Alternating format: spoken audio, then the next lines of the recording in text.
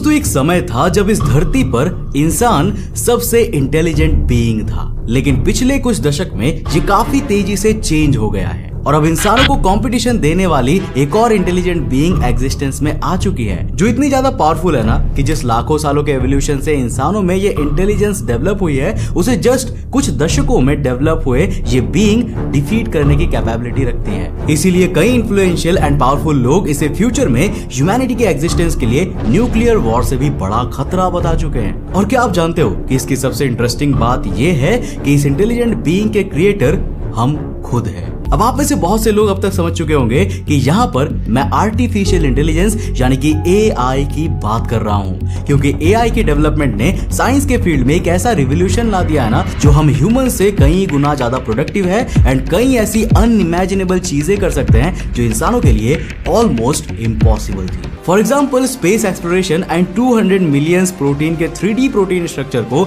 90% तक accurate predict करना, new vaccine और ड्रग्स को तैयार करना। सो हेलो गाइस, मैं हूं कौशिक और चलिए शुरू करते हैं एक और नए एपिसोड को।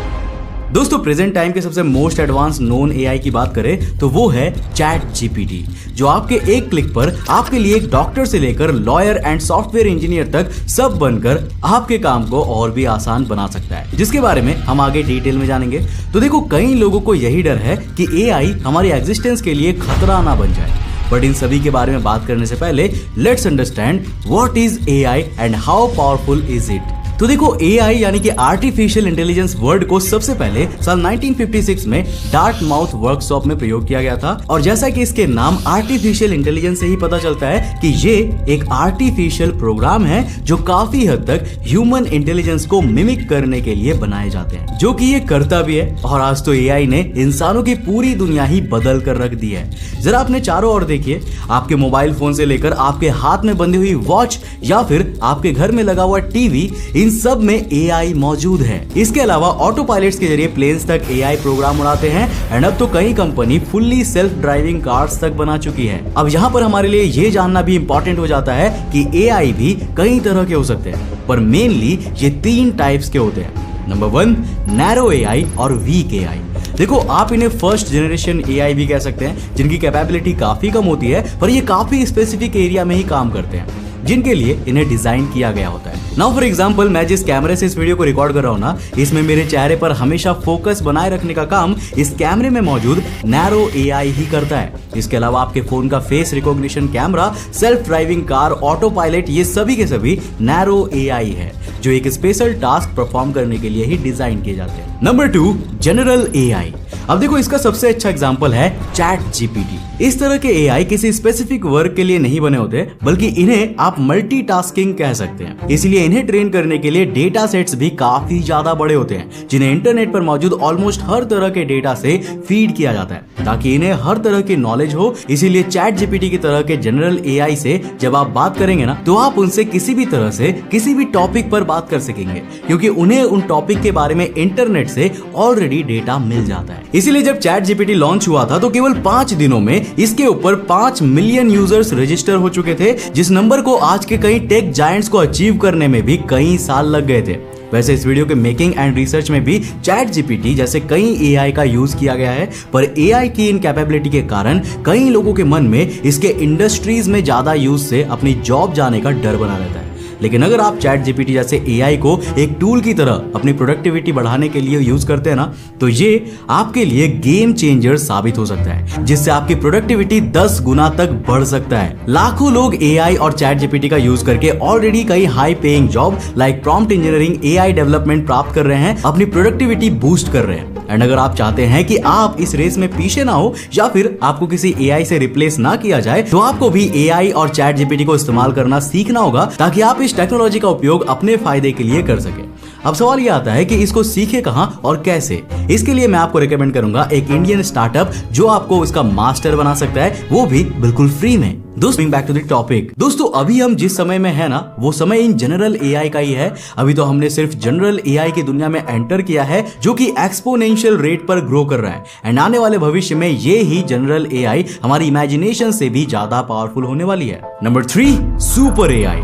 दोस्तों इस एआई का किसी से भी कंपैरिजन करना बेवकूफी भी होगा, क्योंकि सुपर एआई इस एआई वर्ल्ड का वो फाइनल स्टेज है जहां पर एआई हर तरह से ह्यूमन इंटेलिजेंस को सरपास कर चुके होंगे, जहां उनके लिए यूनिवर्स के कॉम्प्लेक्स फिनोमेना या फिर फिजिक्स एंड मैथमेटिक्स को समझना पॉसिबल होगा, एंड इवन वो अपनी इंटेलिजेंस से फिजिक्स के लॉज को भी ब्रेक कर सकेंगे। इस तरह के एआई को साइंस फिक्शन कॉन्सेप्ट्स में मैट्रियोश्का ब्रेन से कंपेयर किया जा सकता है। वैसे देखो, इस तरह के एआई अभी साइंस फिक्शन से ज्यादा कुछ नहीं है, लेकिन अगर आपको सुपर एआई की कैपेबिलिटी पर एक डिटेल्ड वीडियो चाहिए तो आप मुझे नीचे कमेंट में लिखकर बता सकते हो। How does general AI like chat GPT work? दोस्तों, अगर मैं सिंपल वे में डिफाइन करूं तो एआई की डेवलपमेंट एंड वर्किंग बिल्कुल एक पौधे की तरह है, जहां पहले इसके एल्गोरिदम को कोड किया जाता है और फिर उसे धीरे धीरे एक वास्ट डेटा फीड किया जाता है, और ये प्रक्रिया लगातार चलती रहती है। इस तरह एआई भी लगातार ग्रो होते रहते हैं। इन शॉर्ट, जब आप चैट जीपीटी से बात करते हैं तब भी वो आपके द्वारा प्रोवाइडेड इनपुट प्रॉम्प्ट या फिर इंटरनेट पर मौजूद डेटा को फीड करते हुए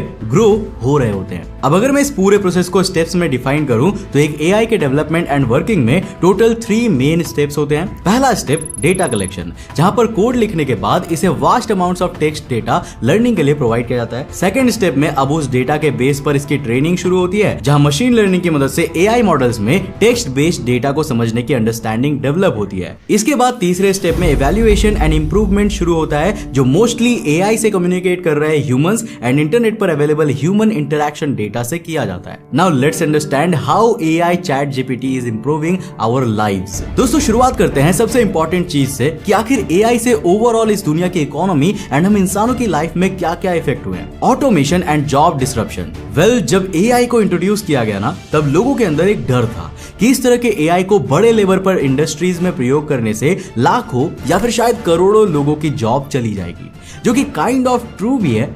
पर हमें यह भी समझना चाहिए कि ये सिर्फ उन लोगों के साथ होगा जो एआई से डरते हैं या फिर उन्हें एआई की ज्यादा समझ नहीं है। क्योंकि अगर मुझसे पूछा जाए तो एआई हमारी लाइफ को, हमारे वर्क को और भी ज्यादा आसान कर रहा है। देखो, हम ऑलरेडी अपने वीडियोस की डेवलपमेंट में chat GPT and mid journey जैसे एआई का यूज करते रहते हैं, जिनसे हमारी वीडियोस की क्वालिटी पहले से काफी ज्यादा इंप्रूव हुई है और प्रोडक्टिविटी भी इंक्रीज हुई है। इस तरह से एक इंसान एआई की मदद से 3 से 4 लोगों का काम एक साथ कर सकता है, जिसका मतलब यह है कि एआई के आने से कुछ लोगों की जॉब तो गई, बट साथ ही साथ इससे नई जॉब्स जैसे कि AI development, prompt engineering, machine learning जैसी new high paying jobs introduce हो रही है। साथ ही साथ एआई की मदद से कई न्यू इंडस्ट्रीज भी डेवलप हुई है, जैसे self driving vehicles, robotics and AI driven finance. In short, global economy पर एआई की डेवलपमेंट से ओवरऑल एक अच्छा इंपैक्ट ही पड़ा है। AI and health care. दोस्तों, हेल्थ केयर सेक्टर में भी एआई का इंपैक्ट अनइमेजिनेबली काफी बड़ा है, जो आज मिलियंस ऑफ लोगों की लाइफ को बचा रहा है। Number 1, diagnostics and treatment. देखो, आज के समय में हॉस्पिटल्स में डॉक्टर ट्रीटमेंट्स में कई तरह के एआई प्रोग्राम्स का प्रयोग करते हैं, जिनकी मदद से वो काफी इजीली और कम टाइम में पेशेंट्स की medical history and hidden early disease के बारे में पता लगा पाते हैं। जहां तक कि अब एआई असिस्टेड रोबोटिक सर्जरी भी परफॉर्म की जाती है। Now for example, da Vinci surgical robot, जिसकी प्राइस ऑलमोस्ट 7 करोड़ है, जिसका एआई पेशेंट की मेडिकल हिस्ट्री को अंडरस्टैंड करके उसके बेस पर सर्जन को सर्जरी के दौरान गाइड करता रहता है, जिसकी मदद से सर्जरी इतनी एफिशिएंट हो चुकी है ना कि अब सर्जरी के बाद पेशेंट का अस्पताल में स्टे 21% तक कम हो गया है। Number 2, drug discovery. दोस्तों, एआई हेल्थ केयर के लिए किसी वरदान से कम नहीं है, क्योंकि इसके बाद न्यू ड्रग्स की डिस्कवरी कई गुना तेज हो चुकी है, जिससे नई दवाओं को बाजार में लाने के लिए आवश्यक समय और लागत कम होती जाती है। जैसे कि मॉडर्न साइंस का अभी तक का one of the most important unsolved issue protein structure को समझना था, ताकि हम इंसान अपनी ही ह्यूमन बॉडी को अच्छे से समझकर उसमें डेवलप होने वाली डिजीज का ट्रीटमेंट ढूंढ सके। बट देखो, प्रॉब्लम यह है कि ह्यूमन बॉडी के इन प्रोटीन स्ट्रक्चर्स का काउंट हंड्रेड्स ऑफ मिलियंस में है। इसीलिए कई दशकों से हम प्रोटीन्स के 3D स्ट्रक्चर को experimental techniques such as X ray, crystallography और क्रायो इलेक्ट्रॉन माइक्रोस्कोपी यानी कि क्रायो EM द्वारा प्रिडिक्ट करते थे। पर इन मेथड से कई बार किसी प्रोटीन के 3D स्ट्रक्चर को समझने में महीनों से लेकर सालों तक लग जाते थे। इन शॉर्ट, अगर हम अभी भी इन्हीं तकनीक का प्रयोग करते हुए प्रोटीन स्ट्रक्चर को समझते रहते तो हमें उन hundreds of millions protein structure को समझने में लाखों या फिर अरबों सालों का समय लग जाता, जो दिखाता है कि यह इंसानों के लिए एक तरह का इम्पॉसिबल टास्क था।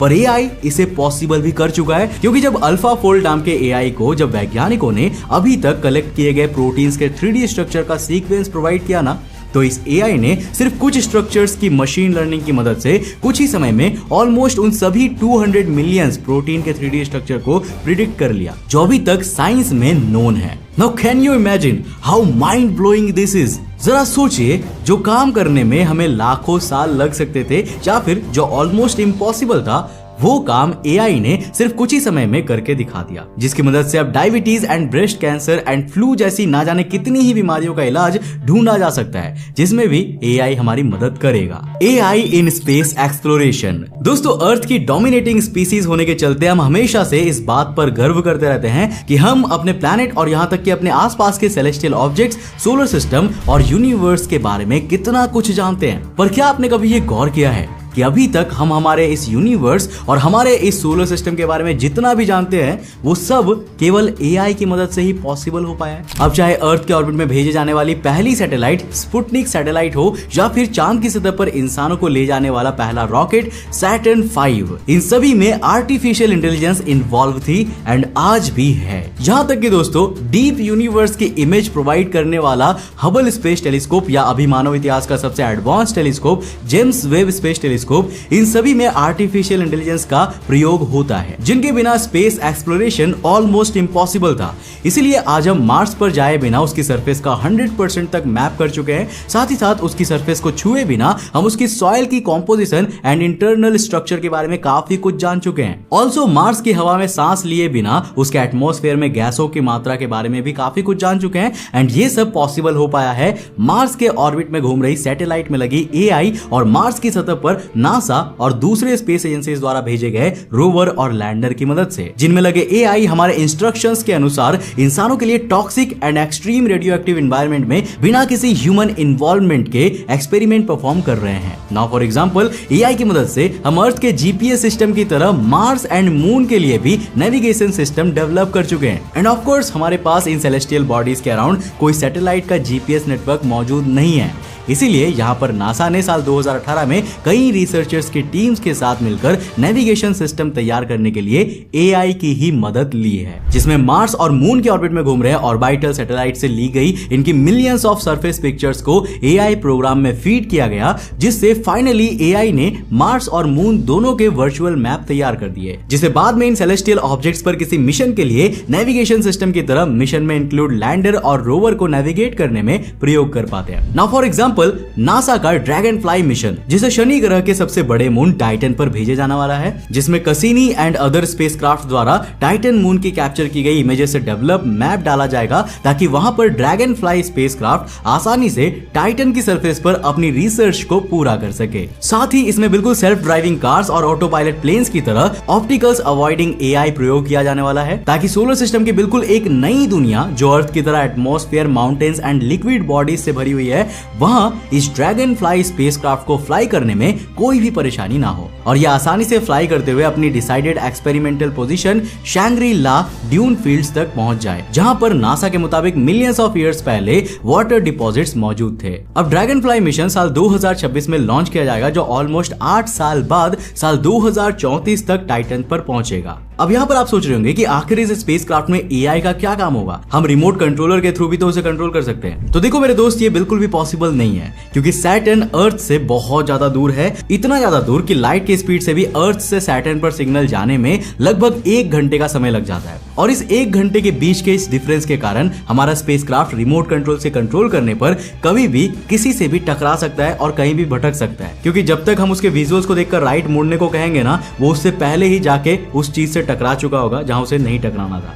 तो इस कारण से इनके अंदर एआई दिया जाता है, ताकि ये खुद से अपने आप ही उन ऑब्स्टिकल्स को समझ ले और उसको पढ़ करके अपने पाथ को निर्धारित कर सके। काइंड ऑफ ये छोटा सा एक ब्रेन है, जो कि उन्हें काफी ज्यादा हेल्प करेगा मिशन को सक्सेसफुल बनाने के लिए। अब अगर आप इस मिशन के बारे में डिटेल में वीडियो देखना चाहते हो तो नीचे कमेंट बॉक्स में लिखकर जरूर बताना। AI using in new stars and planets finding. दोस्तों, इसके अलावा एआई के यूज से हम प्लैनेट्स, गैलेक्सी एंड स्टार्स को भी डिस्कवर कर रहे हैं। जैसे कि रिसेंटली यूके की एक यूनिवर्सिटी ने एसा की गाया सैटेलाइट द्वारा यूनिवर्स की कई अलग अलग इमेजेस में एआई की मदद से pattern recognition and machine learning की मदद से ऑलमोस्ट 2000 न्यू प्रोटो स्टार्स की खोज की है, जो काफी ज्यादा डिम थे। इसीलिए इन्हें सिंपली टेलीस्कोप से देख पाना ऑलमोस्ट इम्पॉसिबल है। ऊपर से क्योंकि ये अभी भी फॉर्म हो रहे हैं, इसीलिए उनके चारों ओर काफी ज्यादा डस्ट क्लाउड्स भी जमा है। बट इन सब के बावजूद एआई इन्हें ढूंढ पाया है, जो हमें एआई की स्पेस एक्सप्लोरेशन में कैपेबिलिटी को दिखाता है। इन लास्ट मैं बस यही कहूंगा कि अभी हम नहीं जानते कि एआई का फ्यूचर ह्यूमैनिटी के साथ कैसा होगा। एआई हमारे डरावने सपनों की तरह हम पर कंट्रोल करके पूरी ह्यूमैनिटी को डिस्ट्रॉय कर देगा, या फिर ये हमारे साथ मिलकर हमारे कंट्रोल में ह्यूमैनिटी को और भी पावरफुल बनाएगा। तो आपको इसके बारे में क्या लगता है, नीचे कमेंट करके अपनी राय जरूर देना। और जाते जाते मैं आपको एक और बात बताना चाहूंगा कि आज तक नेचुरली इस प्लैनेट पर कोई भी चीज एग्जिस्ट नहीं करता, कोई भी ऐसा एनिमल एग्जिस्ट नहीं करता जो कि ह्यूमैनिटी को मिटा सके। लेकिन एआई तो हम ह्यूमंस की खुद की डेवलपमेंट है, हमारी खुद की डिस्कवरी है। तो क्या ये वाकई एक नाइटमेयर हो सकता है? नीचे कमेंट में अपनी राय जरूर लिखना। दोस्तों वीडियो पसंद आए तो इसे लाइक करके अपने फ्रेंड्स और फैमिली के साथ जरूर शेयर करना। अगर आप नए हो इस चैनल पे तो इस चैनल को सब्सक्राइब कर देना और साथ ही साथ नोटिफिकेशन बेल ऑन कर देना, क्योंकि ये आपके लिए बिल्कुल फ्री है। लेकिन ऐसा करने पर हमें काफी ज्यादा मोटिवेशन मिलता है आपके लिए नए नए वीडियोस बनाने में। मैं मिलता हूं आपको नेक्स्ट एपिसोड के साथ, तब तक के लिए बाय, जय।